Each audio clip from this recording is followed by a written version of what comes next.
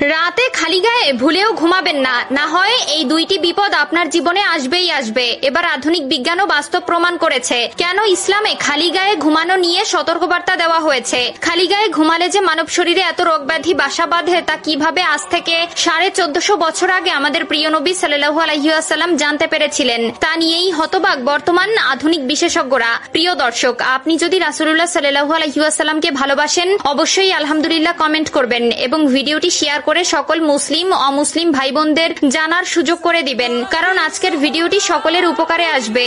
এই তীব্র গরমে অনেক ইয়াং জেনারেশন এমনকি বয়স্করাও খালি গায়ে ঘুমানো পছন্দ করে এবং এটি যাদের অভ্যাস তারা অবশ্যই ভিডিওটি সম্পূর্ণ দেখবেন এবং ক্ষতি নাকি লাভ সেটা জেনে যাবেন। প্রথম কথা, ইমানদার মানুষের কখনোই খালি গায়ে ঘুমানো উচিত না, কারণ রাসূলুল্লাহ সাল্লাল্লাহু আলাইহি ওয়াসাল্লাম ঘুমানোর বিষয়ে তার উম্মতদের কিছু আদব শিখিয়ে গেছেন।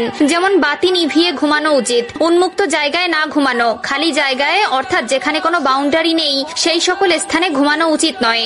এমনকি একজন এক ঘরে একা ঘুমানোর ক্ষেত্রে হাদিসে নিষেধ করা আছে। একজন মুসলিম হিসাবে সকলের উচিত এই কথাগুলো মেনে চলা। তো চলুন জেনে নেই খালি গায়ে ঘুমালে কি ক্ষতি হয়। কোরআন বা হাদিসের কোথাও স্পষ্টভাবে উল্লেখ নেই যে খালি গায়ে ঘুমানো যাবে না, তবে যারা খালি গায়ে ঘুমাবে তাদের জন্য দুইটি সমস্যা সৃষ্টি হতে পারে। তার মধ্যে 1 নম্বরে, একজন মানুষ যখন খালি গায়ে ঘুমায় তখন তার উন্মুক্ত শরীর দেখে ফেরেশতারা লজ্জায় দূরে সরে যায় এবং এরকম প্রতিনিয়ত হতে থাকলে একসময় তার ক্ষতিও হতে পারে। একজন মানুষের দেখাশোনার জন্য আল্লাহ তাআলা অগণিত রহমতের ফেরেশতা নিযুক্ত করেছেন। আপনি যখন ঘুমিয়ে যাবেন তখন আপনাকে পাহারা দেওয়া থেকে শুরু করে আপনার সমস্ত সুরক্ষার দায়িত্ব তারা পালন করে, কিন্তু আপনি যদি খালি গায়ে ঘুমান সেক্ষেত্রে রহমতের ফেরেশতারা আপনার থেকে দূরে সরে গেলে আপনার যে কোনো ক্ষতি হওয়ার সম্ভাবনা থাকতে পারে। 2 নম্বরে, যদি কোনো ব্যক্তি খালি গায়ে ঘুমায় তাহলে তার উপরে খারাপ জিনের প্রভাব পড়তে পারে। বিশেষ করে মহিলা খারাপ জিন আপনার শরীরে ভর করতে পারে। হয়তো অনেকে বিশ্বাস করবেন না, কিন্তু আল্লাহ তাআলা পবিত্র কোরআনে বলেছেন,